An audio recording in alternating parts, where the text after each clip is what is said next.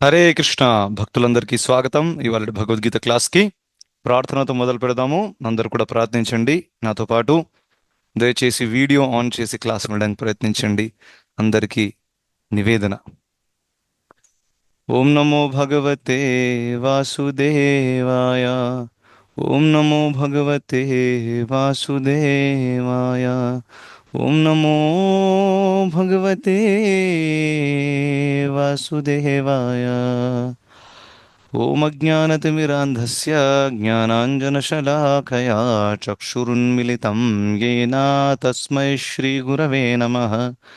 నమ ఓం విష్ణుపాదాయ కృష్ణప్రేష్ఠాయ భూతలే శ్రీమతే భక్తివేదాంత స్వామిన్నితి నామినే. నమస్తే సారస్వతే దేవే గౌరవాణీ ప్రచారిణే నిర్విశేష శూన్యవాది పాశ్చాత్యదేశతారిణే. జయ శ్రీ కృష్ణ చైతన్య ప్రభు నిత్యానంద శ్రీ అద్వైత గదాధర శ్రీవాసాది గౌర భక్త వృంద.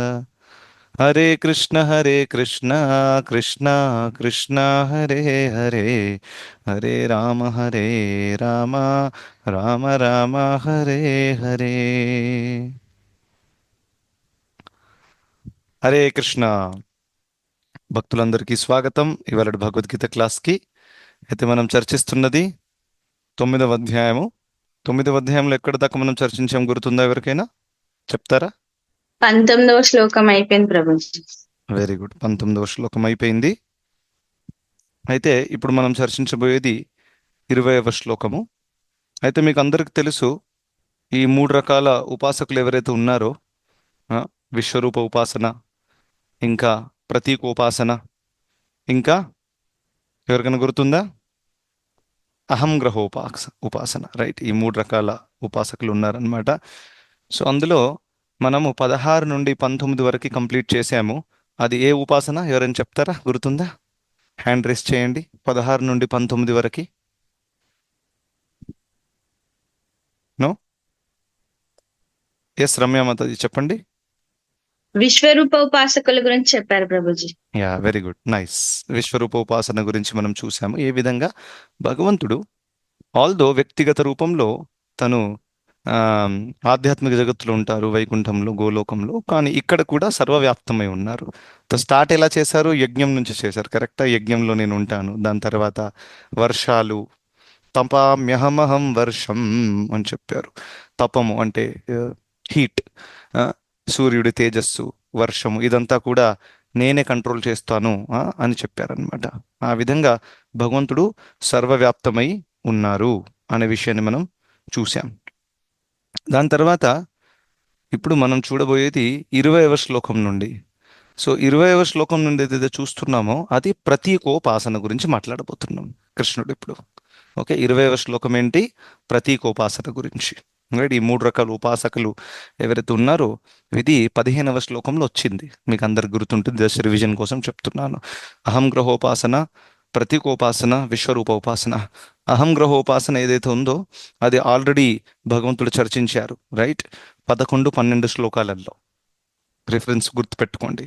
రైట్, అక్కడ నిరాకారవాదులు ఉంటారు కదా, వాళ్ళ గురించి ఆల్రెడీ చెప్పారు. అది అహంగ్రహోపాసన. దాని తర్వాత ప్రతీకోపాసన ఇప్పుడు మనం చర్చించబోతున్నాం 20వ శ్లోకం నుండి. దాని తర్వాత విశ్వరూప ఉపాసన ఆల్రెడీ 16 నుండి 19 చర్చించాం మనం. సో ప్రతీకోపాసన అంటే ఏంటి? ఎవరైనా చెప్తారా? యా, విజయుడు మాత్రం చెప్పండి. Go ahead. ఎందుకంటే ఎవరు హ్యాండ్ రేస్ చేయకపోతే నేనే పేర్లు కాల్అవుట్ చేస్తాను. I don't have any option. Yeah, try చేయండి ప్లీజ్. మీరు క్లాస్ అటెండ్ చేస్తున్నారు కాబట్టి I expect that you can give some answer. ప్రతీకోపాసన అంటే ఏంటి? ఇది మనం ఇంకా ఏంటంటే పోయినసారి అనేక క్లాసెస్లో రిపీటెడ్గా చర్చించాం ఎన్నోసార్లు. ప్రతిసారి నేను రివైజ్ చేశాను. ఒక్కసారి చెప్పేసి అడుగుతున్నారు ఏంటి ప్రభుజీ అని కూడా కాదు. తెలిసిన వాళ్ళు హ్యాండ్ రేస్ చేయండి ప్లీజ్. యా, విజయుడు మాతాజీ గో హెడ్. మీ వాయిస్ రావట్లేదు మాతాజీ. You are not audible. No, you are not audible. Okay, yeah, Parameshwari మాతాజీ మీరు చెప్పండి. హరే కృష్ణ ప్రభుజీ. హరే కృష్ణ.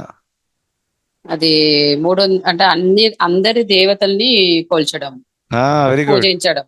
వండర్ఫుల్, నైస్ మాతాజీ, థ్యాంక్ యూ. గుర్తుపెట్టుకున్నారు. సో అందరు దేవి దేవతలు ఒకటే.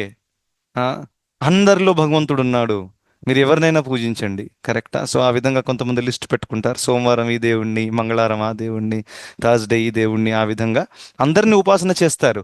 సో వారిని అడిగారు అనుకోండి, అరే మీరు ఎవరి భక్తులు మీరు? మాకు అలా పట్టింపులు లేవండి, మేము అందరిని ఈక్వల్గా చూస్తాం. అక్కడ కూడా ఈక్వాలిటీ గురించి మాట్లాడతారు, రైట్? సో అది వాస్తవం కాదు, రైట్? సో వాస్తవం ఏంటంటే పూర్ణ పురుషోత్తమ భగవానుడు ఒక్కడే ఉండాలి, ఒప్పుకుంటారా? ఒకవేళ ఒక్కటి కంటే ఎక్కువ భగవంతుళ్ళు ఉన్నారనుకోండి, చూడండి, భగవాన్ ఇంకా దేవి దేవతలకు చాలా తేడా ఉంది, ఆ విషయం గుర్తుపెట్టుకోవాలి. చాలా మంది రెండు మిక్స్ చేసేస్తారనమాట, రైట్? సో భగవాన్ అంటే ఎవరి దగ్గర అయితే ఆరు ఐశ్వర్యాలు సంపూర్ణంగా ఉంటాయో అది భగవాన్, రైట్? పరాశర ముని మనకు చెప్పారు కదా, ఐశ్వర్యస్య సమగ్రస్య వీర్యస్య యశస శ్రియ జ్ఞాన వైరాగ్యయోశ్చైవ షణ్ణాం భగ ఇతింగణ అని పరాశర ముని, వ్యాస మహర్షి తండ్రి గారు, వారు చెప్పారు భగవాన్ అనే పదానికి అర్థం ఏంటి. అయితే భగవాన్ అంటే ఒకే ఒక వ్యక్తి. ఒకవేళ ఒకరికంటే ఎక్కువ భగవాన్ ఉన్నారనుకోండి, వాళ్ళు భగవాన్ కాదు, ఎందుకంటే వాళ్ళిద్దరి మధ్య కాంపిటీషన్ అవుతుంది, కరెక్టా? ఒకటి కంటే ఎక్కువ భగవాన్ ఉన్నారంటే వాళ్ళిద్దరిలో ఇద్దరు కూడా సుప్రీం కాదు, భగవాన్ ఒక్కరే. దాని అర్థం ఏంటంటే భగవాన్ అర్థమే ఆయనకు మించిన వాళ్ళు లేరు.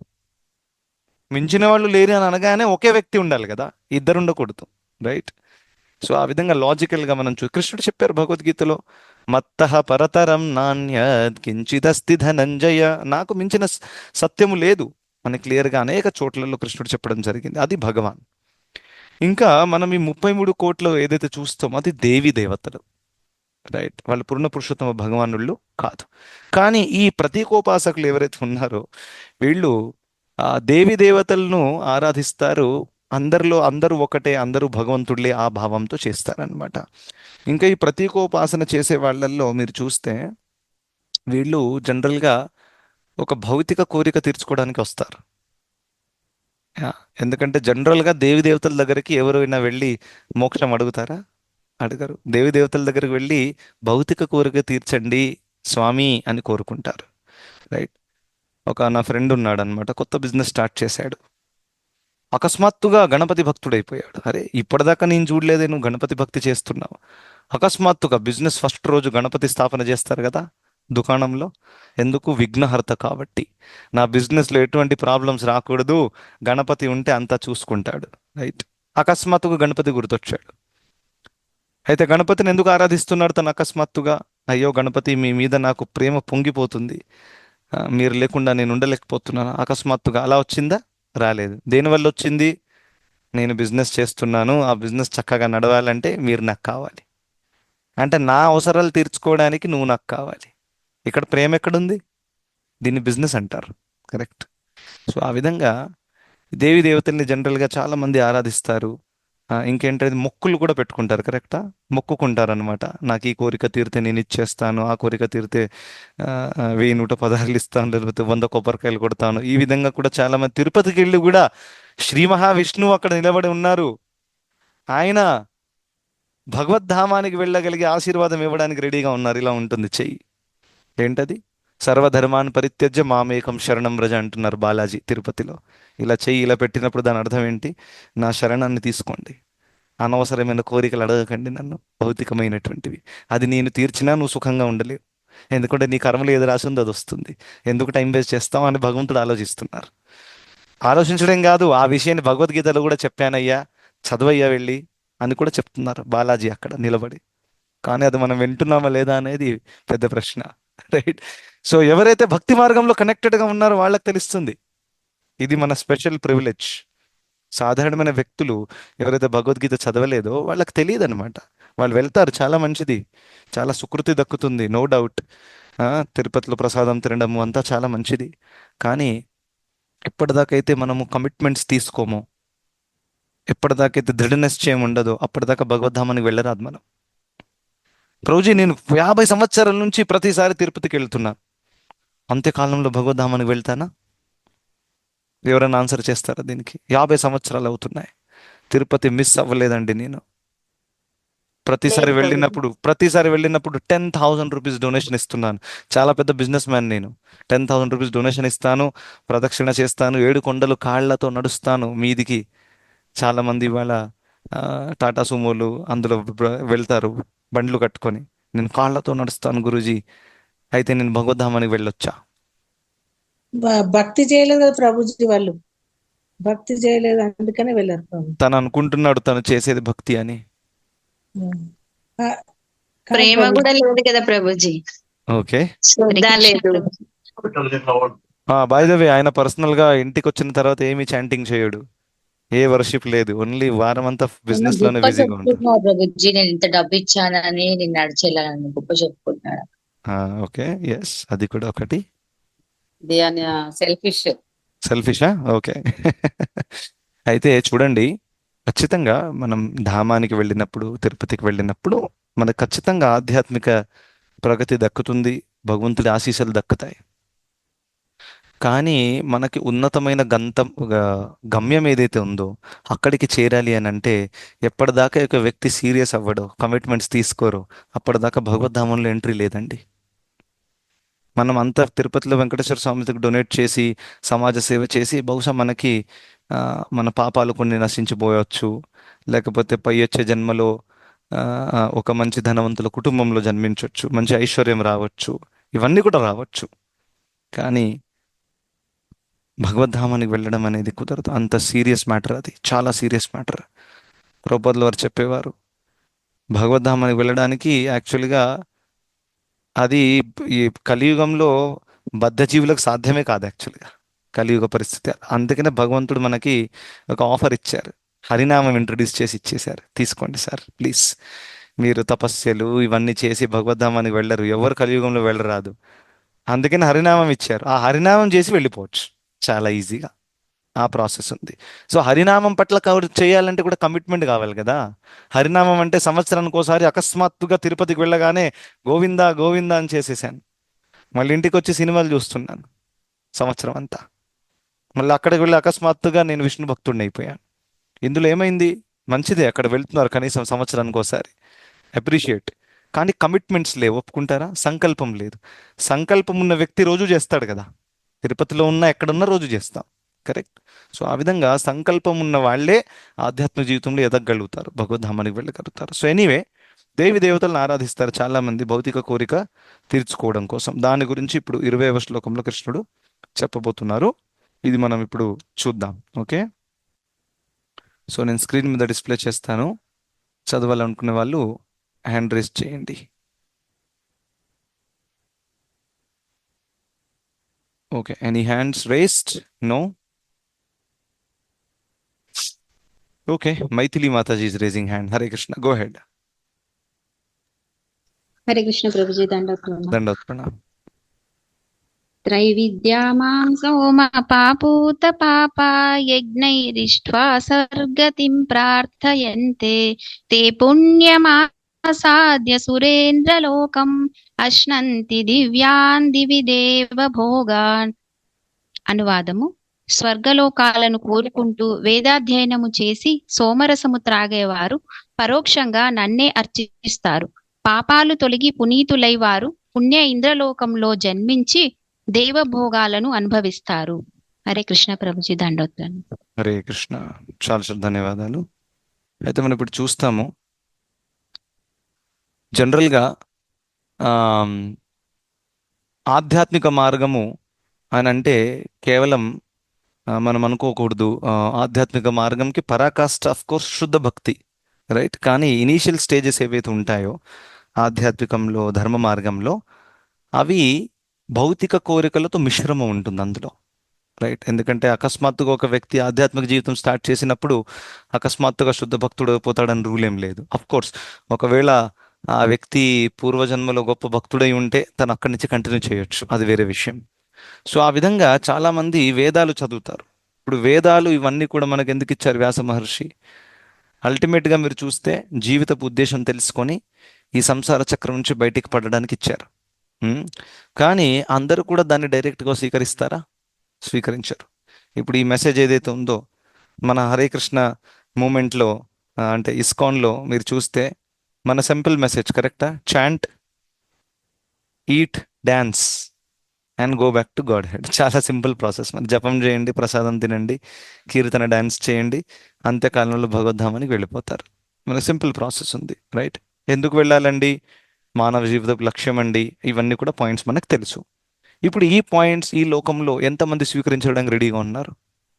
హార్డ్లీ 1% కూడా లేరు. వాళ్ళకి ఇది అసలు సూటే అవ్వదన్నమాట. ఏం మాట్లాడుతున్నారు, జీవితపు లక్ష్యం అంటున్నారు, ఇది అంటున్నారు, మీకు పిచ్చి పట్టింది, నాకు కూడా పిచ్చి ఎక్కిస్తున్నారా మీరు అని అంటారు, రైట్? మీకు దయ్యం పట్టింది ఏదో అని అంటారు. ఇవన్నీ కూడా మాట్లాడగానే సో వాళ్ళంటే డైరెక్ట్గా స్వీకరించారు. ఎందుకు ఎందుకు స్వీకరించారు చెప్పండి? ఏం చెప్తారా? భగవంతుడిపై ఆసక్తి, ఐ మీన్ భగవంతుడి గురించి తెలియకపోవడం వల్ల ప్రభుజీ. ఓకే. ఇంకా కొంచెం మూల కారణం, మూలానికి వెళ్ళండి. హరే హరే కృష్ణ ప్రభుజీ. హరే కృష్ణ. అంటే ఎందుకంటే వాళ్ళు అదొక్కటే దేవుణ్ణి ఒక్కటే తలవడం అందులో ఉంటది. ఇంకా బయట లోకంలో వీళ్ళకి బాహ్యంగా కోరికలు బాగుంటాయి కదా ప్రభుజీ, అన్ని ఇది చెయ్యాలి అది చెయ్యాలని. దాని వల్ల వీళ్ళు ఇక్కడ రాలేకపోతారు. ఇది అంటే కృష్ణున్నే ఒక్కరినే చూడాల్సి వస్తుంది ఇక్కడ వస్తే. అక్కడ మనం బయట ప్రపంచంలో ఉంటే అన్ని ఎంజాయ్ చేయాల్సి వస్తుందని అక్కడ ఇదైతే ప్రభుజీ, అందుకనే అనుకుంటున్నాను. వెరీ గుడ్, మీరు కవర్ చేశారు ఆన్సర్. యాక్చువల్గా వెరీ నైస్. దాట్ వాళ్ళ భౌతిక కోరికలు, ఇంకా భౌతికమైన దృష్టి ఏదైతే ఉందో అది ఇంకా పోలేదు. కాబట్టి ఎప్పటిదాకా ఇక వ్యక్తికి భౌతిక ఆసక్తులు ఉంటాయో ఆ వ్యక్తికి మీరు ఎంత జ్ఞానం ఇచ్చినా కానీ అది ఎలా అయితే ఇట్లా బౌన్స్ అయిపోతుంది అన్నమాట, తాకి మళ్ళీ వెనక్కి వచ్చేస్తుంది, రైట్? మీకు అందరికీ శ్రీమద్ భాగవతంలో ఉదాహరణ తెలుసు. చిత్రకేతు మహారాజు ఎప్పుడైతే తన దుఃఖంలో ఉన్నాడో, నాకు పుత్రుడు అవ్వట్లేదు, అరే నాకు ఇంతమంది భార్యలు ఉన్నారు, సంతానం లేదు, రైట్? సో ఆ విధంగా చాణక్య పండిత్ కూడా చెప్పారు, ఏమని? పుత్రహీనం గృహం శూన్యం అని చెప్పారు, రైట్? సో ఈ విధంగా పిల్లలు లేకుండా గృహస్థాశ్రమము శూన్యంలాగా ఉంటుంది, రైట్? సో ఆ విధంగా తనకి ఇంత డబ్బు, ఇంత హోదా, గొప్ప రాజు, ఇంతమంది భార్యలు ఉన్నప్పటికీ పుత్రులు లేనందువల్ల వాళ్ళు శోకంలో ఉన్నాడనమాట. అటువంటి సందర్భం అంగిర ఋషి అక్కడికి వచ్చారు. అంగిర ఋషి ఏ ఉద్దేశంతో వచ్చాడు? తనకి ఆధ్యాత్మిక జ్ఞానం ఇవ్వడానికి. అరే నువ్వు అనవసరంగా శోకమగ్నుడు అవుతున్నావు, ఇవన్నీ కూడా సీరియస్గా తీసుకోవాల్సిన అవసరం లేదు అని అంగిర ఋషి వచ్చాడనమాట. ఎందుకు నువ్వు అనవసరంగా ఏడుస్తున్నావు, ఈ పుత్రాసక్తి ఇదంతా మంచిది కాదు అనవసరంగా అని చెప్పడానికి వస్తే చిత్రకేతు మహారాజు అది వినడానికి సిద్ధంగానే లేడనమాట. ఎందుకు సిద్ధంగా లేడు చెప్పండి? ఎందుకంటే తన మనస్సులో మొత్తం ఏం నడుస్తుంది? పుత్రుడు కావాలి, పుత్రుడు కావాలి, పుత్రుడు కావాలి. సో మనసులో ఇది ఒక భౌతిక కోరిక పెట్టుకున్నందువల్ల ఈ అంగీర ఋషి వచ్చి అనుకున్నాడు ఏమంటే, నేను వెళ్ళి ఆయనకి చెప్తాను, నువ్వు శరీరం కాదు ఆత్మవి, నువ్వు ఈ భౌతిక జగత్తులో ఒక భాగము కావు, నువ్వు ఆధ్యాత్మిక జగత్తు నుంచి వచ్చావు, నీ అసలైన సంబంధం కృష్ణుడితో ఉంది, ఈ సంబంధాలు తాత్కాలికము, దాని గురించి ఏడుస్తున్నావు అని చెప్పడానికి వస్తే ఆయనేమో ఇది వినడానికి సిద్ధంగానే లేడు. అదేమంటున్నాడు? అదంతా ఓకే, కానీ నా కోరిక ఫస్ట్ తీర్చండి, రైట్? ఈ విధంగా. సో ఎప్పుడెప్పుడు మాకు అంటే ప్రచారం చేసే ఫీల్డ్లో ఉన్నాం కాబట్టి మాకు ఇలాంటి చాలా ఎక్స్పీరియన్సెస్ అవుతూ ఉంటాయి అన్నమాట. సో ఒకసారి నేను క్లాస్ ఇచ్చిన తర్వాత చాలామంది కలుస్తారు. సో వాళ్ళు వారి ప్రాబ్లమ్స్ చెప్తారనమాట. ఎందుకంటే ఈ లోకంలో అందరి దగ్గర ప్రాబ్లమ్స్ ఉన్నాయి. సో చాలామంది అనుకుంటారు ఇప్పుడు ఒక ఆధ్యాత్మిక గురువు దగ్గరికి వెళ్ళి ప్రాబ్లమ్స్ చెప్తే వాళ్ళు మాకు సొల్యూషన్ ఇస్తారు, రైట్? ఇప్పుడు వాళ్ళు ఏం ఎక్స్పెక్ట్ చేస్తారంటే, ఇప్పుడు నేను నా ప్రాబ్లం చెప్తాను, పూర్తిగా వివరిస్తారు వాళ్ళు, ఇక నాకు సొల్యూషన్ చెప్పండి, ఇలా బటన్ నొక్కగానే సాల్వ్ అయిపోవాలి, అలాంటి సొల్యూషన్ ఇవ్వండి సార్ అంటారు, రైట్? పాయింట్ ఏంటంటే వాళ్ళకి విషయం అర్థం కాదు. యాక్చువల్గా భౌతిక జగత్ ఎలా అంటే, ఇక్కడ బటన్ ఒకటి నొక్కారంటే వేరే ప్రాబ్లం స్టార్ట్ అయిపోతుంది అక్కడ. నెక్స్ట్ ఆ బటన్ నొక్కారంటే మూడో ప్రాబ్లం రెడీగా ఉంటుంది. ఈ విషయం వాళ్ళకి తెలియదు. సో నేను చెప్తాను ఏమంటే, first of all me problem మీకు సాల్వ్ అవ్వాలంటే నిజంగానే మీరు ఫస్ట్ ఆధ్యాత్మిక జీవితంలో కొన్ని సంకల్పాలు తీసుకోండి. మీరు చెప్పిన ప్రాబ్లంకి నేను కొన్ని టిప్స్ చెప్తాను, కానీ అది పూర్తిగా సాల్వ్ అవ్వదు, ఎవరి వల్ల కూడా కాదు అది, రైట్? మానవ మాతృలం మనమందరం, రైట్? సో అందుకనే మీరు నిజంగానే సొల్యూషన్ మీకు కావాలి అని అంటే ఆధ్యాత్మిక జీవితాన్ని ఎంచుకోండి. అది చెప్తున్నాను. సార్ అది కాదు సార్, నా ప్రాబ్లంకి సొల్యూషన్ చెప్పండి సార్ అంటున్నారు. అయ్యో బాబు, నీ ప్రాబ్లంకే సొల్యూషన్ చెప్తున్నాను, వినట్లేవు నువ్వు. అయితే మా ఇద్దరి మధ్య ఒక డిస్కనెక్షన్ అయిపోయింది. ఏంటారు డిస్కనెక్షన్? నేను మాట్లాడేది ఆయనకు అర్థం అవ్వట్లేదు, ఆయన అనుకుంటున్నాడు నాకు అర్థం అవ్వట్లేదని. ఎవరైనా ఎక్స్ప్లెయిన్ చేస్తారా ఏం నడుస్తుంది ఇక్కడ?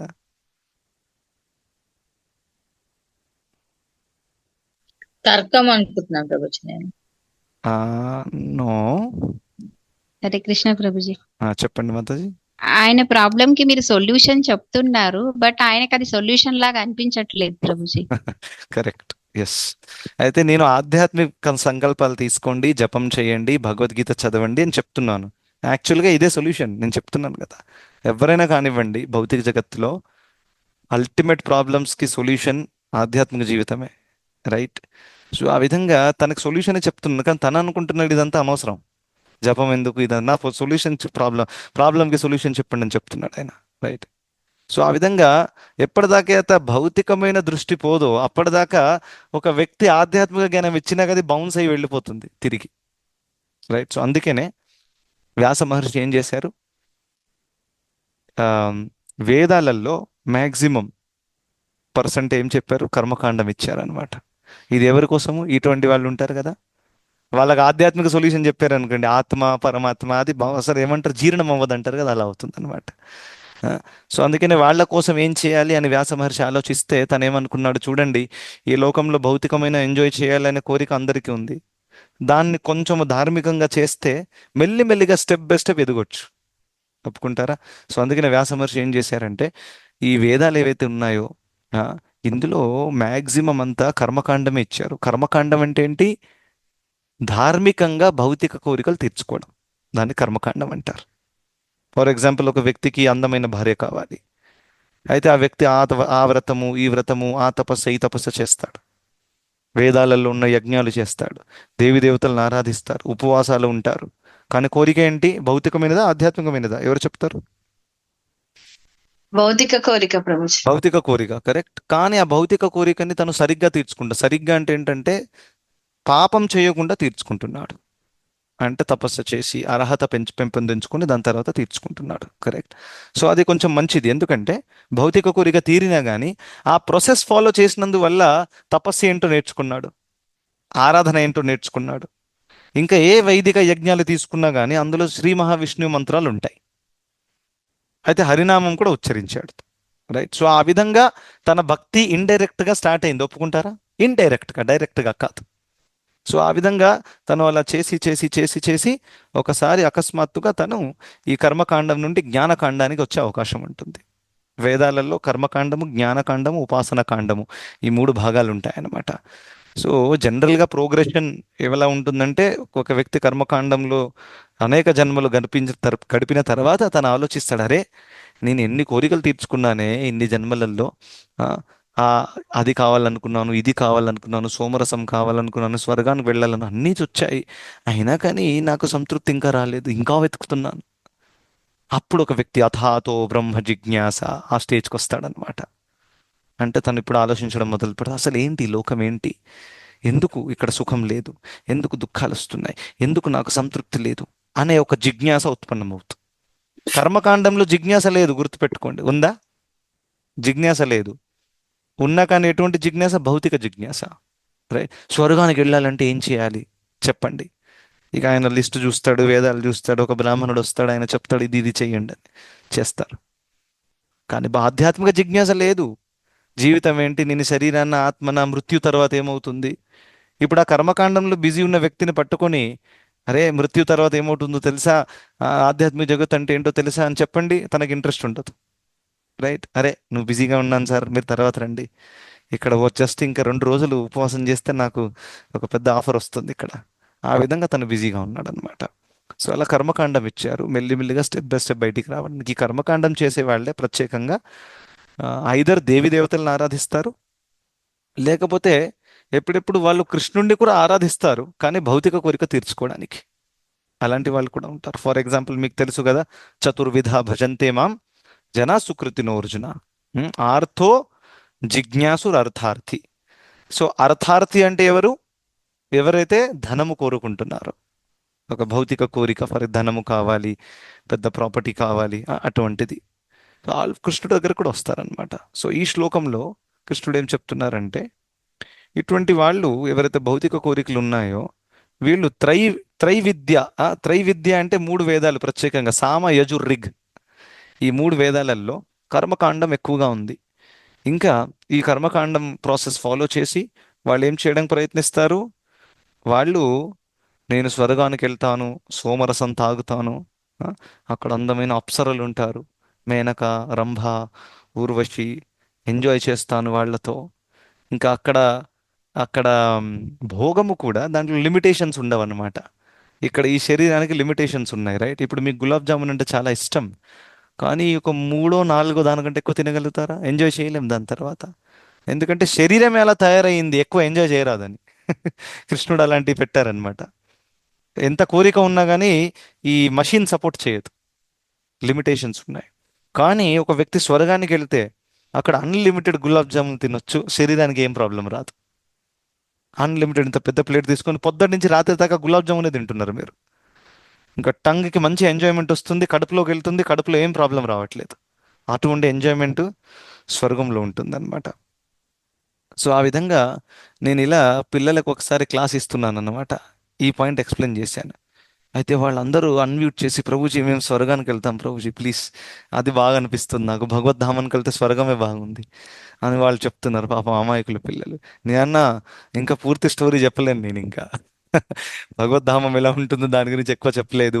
స్వర్గంలో ఎంజాయ్మెంట్ అయిపోయిన తర్వాత క్షీణే పుణ్య మర్తెలోకం విశంతి, అది చెప్పలేదు, రైట్? సో ఇది పిల్లలు వాళ్ళకి ఆమ్, ఏమంటారు, లాంగ్ టర్మ్ విజన్ ఉండదు వాళ్ళకి. జనరల్గా చిన్న పిల్లలకి వాళ్ళు ఇమ్మీడియట్గా ఏం ఎంజాయ్మెంట్ దక్కుతుందో అది పట్టేసుకుంటారు వాళ్ళు, రైట్? ఇప్పుడు ఒక పిల్లోడు ఉన్నాడు, వాడికి చాక్లెట్ చాక్లెట్ అంటే ప్రాణం అనుకోండి.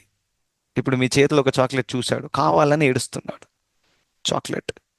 ఇంకా రెండో చేతిలో ఒక 2000 రూపాయల నోట్ ఉందనుకోండి. ఇప్పుడు రెండు ముందులు పెట్టండి, వాడు చాక్లెటే తీసుకుంటాడు. 2000 రూపాయలు నేనేం చేసుకోను, చాక్లెట్ అయితే మంచిగా నేను ఎంజాయ్ తినొచ్చు ఇప్పుడు అని. కరెక్ట్? యాక్చువల్లీ చాలా తెలియగలిగిన విషయం కాదు, రైట్? నువ్వు 2000 తీసుకుంటే నీకు ఎన్నో చాక్లెట్లు వస్తాయి, అన్లిమిటెడ్. కరెక్ట్? నెల రోజులు చాక్లెట్ తినొచ్చు, నువ్వు టెన్షన్ లేదు. కానీ అలా ఆలోచించాడు, ఇప్పుడు నాకు నాలుకకి ఎంజాయ్మెంట్ కావాలి, వెంటనే చాక్లెట్ కావాలి. చిన్న పిల్లలు, రైట్?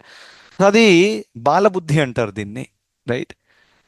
కానీ ఆశ్చర్యకరమైన విషయం ఏంటంటే ఎప్పుడప్పుడు పెద్దవాళ్ళు కూడా బాలబుద్ధి ప్రదర్శిస్తారు, రైట్? పెద్దవాళ్ళు బాలబుద్ధి ప్రదర్శించడం అంటే ఏంటి? వాళ్ళు ఇంత ఎదిగినా కానీ, జీవితంలో నానా అనుభూతులు కలిగినా కానీ, నానా దుఃఖాలు కలిగినా కానీ, వాళ్ళకి ఇంకా ఏమనిపిస్తుంది?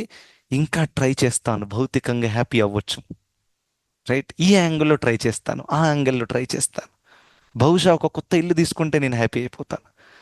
ఎందుకు నాకు దుఃఖం అవుతుంది? కార్ లేదు, కార్ తీసుకోవాలి, ఎస్. భార్య అనుకుంటుంది ఒక నెక్లెస్ కొనుక్కుంటే హ్యాపీ అయిపోతాను, నాకు ఇష్టమైన చీర కొనుక్కుంటే హ్యాపీ అయిపోతాను. మనం ఎన్ని షాపింగ్లు చేసినా ఎటువంటి హ్యాపీనెస్ రాదు దాంట్లో, తాత్కాలికమే. ఇది కూడా బాలబుద్ధియే, కరెక్టా? ఎందుకంటే మనకు ఉన్నతమైనటువంటి ఆధ్యాత్మిక జీవితం అంటే ఆధ్యాత్మిక జగత్తుకు వెళ్ళేటటువంటి అవకాశం ఉన్నప్పుడు అది వదిలేసి ఇక్కడ ఎందుకు తిరుగుతున్నాం మనం? కరెక్టా? సో అది బాలబుద్ధి, రైట్? Less intelligent.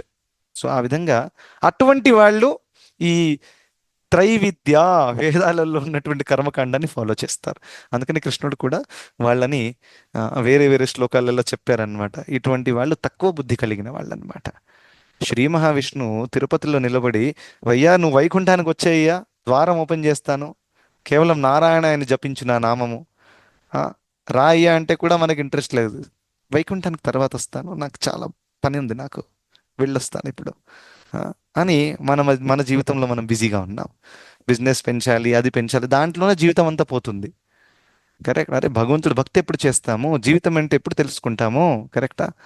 సో అందుకనే అటువంటి వాళ్ళు మెల్లిమెల్లిగా ఎదగాలని ఒక నిచ్చెన వేశారనమాట. ఎవరు వేశారు ఆ నిచ్చెన? వ్యాస మహర్షి. సార్ మీరు డైరెక్ట్గా అక్కడ జంప్ చేయలేకపోతున్నారు, అయితే ఓ పని చేద్దాము, ఒక నిచ్చెన ఇస్తాను, ఒక్కొక్క అడుగు పెట్టండి, ఒక్కొక్క అడుగు పెడితే కూడా అక్కడికి రావచ్చు. కరెక్ట్? సో ఆ విధంగా ఈ వేదాల యొక్క ఇంట్రొడక్షన్ ఇచ్చారనమాట. సో అందులో వాళ్ళు చాలా ఊహిస్తారనమాట, సోమరసం తాగుతాను, అప్సరలతో ఎంజాయ్ చేస్తాను, ఆ విధంగా అలా చేసి అందులో శుద్ధీకరణ ప్రాసెస్ చాలా ఉంటుందన్నమాట. ఎందుకంటే ఎక్కడైతే తపస్య ఉంటుందో, ఎక్కడైతే భగవంతుడి నామోచ్చారణ ఉంటుందో అక్కడ శుద్ధీకరణ అవుతుందా లేదా? అవుతుంది. సో అటువంటి వ్యక్తులు ఆల్తో భౌతిక కోరిక ఉన్నా కానీ వాళ్ళకి పాపం అంటుకోదు. కరెక్ట్. ఫర్ ఎగ్జాంపుల్ ఒక ఉదాహరణ చెప్తాను. ఇప్పుడు మీకు చాలా చాలా ధనవంతులు అవ్వాలని కోరిక ఉంది. ఎంతమందికి ఉంది కోరిక? నాకు చాలా ధనవంతుని అవ్వాలని ఉంది. హ్యాండ్ రైస్ చేయకండి, నో ప్రాబ్లం. అందరి ముందు చేయను ప్రభుజీ, పర్సనల్గా మెసేజ్ పెడతాను మీకు, పెట్టండి, నో ప్రాబ్లం. అందరి ముందు పిచ్చి వాళ్ళు ఏమనుకుంటారు, అరే భగవద్గీత స్టూడెంట్ అయ్యి ఉండి ధనవంతులు అవ్వాలనుకుంటున్నామని నవ్వుతారేమో ప్రభుజీ నన్ను చూసి, అలా అని అనుకోండి. ఈ క్వశ్చన్ నన్ను అడిగితే నేను ఖచ్చితంగా హ్యాండ్ రైస్ చేస్తాను. నాకు ధనవంతుడు అవ్వాలని ఉంది, ఎందుకంటే అనేక ఇస్కాన్ మందిరాలు కట్టాలనే కోరిక ఉంది. ప్లీజ్ ఇవ్వండి. రైట్. ఎంత ధనం ఇస్తే అన్ని మందిరాలు కడతాం, అంత ప్రచారం పెరుగుతుంది. Why not? రైట్. ధనమంతా కూడా ఏంటి? లక్ష్మి. లక్ష్మి ఎవరి కోసం? నారాయణుడి కోసం. కరెక్ట్. లక్ష్మిని నారాయణతో సెపరేట్ చేసి మన పాకెట్లో పెట్టుకోకూడదు. లక్ష్మిని నారాయణని కలిపేయాలి. దాని అర్థం ఏంటి? లక్ష్మిని నారాయణ సేవలో పెట్టాలి. చాలా సింపుల్. అప్పుడే మనం ఆనందంగా ఉంటాం. రైట్. ఇంకా నేను చూశాను మన గ్రూప్లో ఎంతమంది భక్తులు ఎంత సిన్సియర్గా రెగ్యులర్గా డొనేషన్స్ ఇస్తారు, వారి సామర్థ్యానికి మీదగా ఇస్తారు, which is really nice. Okay. ఒక సాధారణ వ్యక్తి కూడా చూస్తే వాళ్ళకి అనిపిస్తున్నారు, అరే పాపం ఇంత ఇంత సంపాదిస్తున్నారు కానీ చాలా పెద్ద డొనేషన్ కూడా ఇస్తున్నారు, భగవంతుడి సేవలో పెడుతున్నారు. ఒక సాధారణమైన వ్యక్తికి ఇలా అనిపిస్తే కృష్ణుడికి ఆ విషయం ఎప్పుడైతే తెలుస్తుందో ఆయనకి ఎలా అనిపిస్తుందో ఒక్కసారి ఆలోచించండి. ఇంత కష్టమైన పరిస్థితుల్లో కూడా చాలా మంది భక్తులను నేను చూశాను. రైట్. ఆ విధంగా సేవ చేస్తారు, మనీ వైజ్ సేవ చేస్తారు, లేకపోతే ఇంట్లో ప్రాబ్లమ్స్ ఉన్నాయి అయినా కానీ ప్రభుజీ ఈ క్లాస్ మిస్ అవ్వకూడదని నేను వచ్చాను ప్రభుజీ. అటువంటి వాళ్ళని చూశాను నేను చాలాసార్లు. అది చూసే నాకే అనిపిస్తుంది, ఆహాహా ఎంత సీరియస్నెస్ ఉందబ్బా, ఇంట్లో ఎన్ని ప్రాబ్లమ్స్ ఉన్నాయి కానీ క్లాస్ మిస్ అవ్వకూడదని మీరు ఇంత దూరం వచ్చారే. ఇప్పుడు నాలాంటి సాధారణ వ్యక్తికి ఎలా అనిపిస్తే కృష్ణుడికి ఎప్పుడైతే తెలుస్తుందో మీరు ఇంత చేస్తున్నారని, కృష్ణుడికి ఎంత కళ్ళ నుంచి నీళ్లు రావాలి యాక్చువల్గా. రైట్. సో ఆ విధంగా భగవద్భక్తి మార్గంలో మనము ఎంత త్యాగం చేయడానికి రెడీగా ఉంటామో అంత భగవంతుడి ఆశీస్సులు మనము పొందడానికి అర్హులవుతాం. ఇది చాలా చాలా ఇంపార్టెంట్. రైట్. మన సుఖము, మన సౌకర్యాలు ఇవన్నీ కూడా.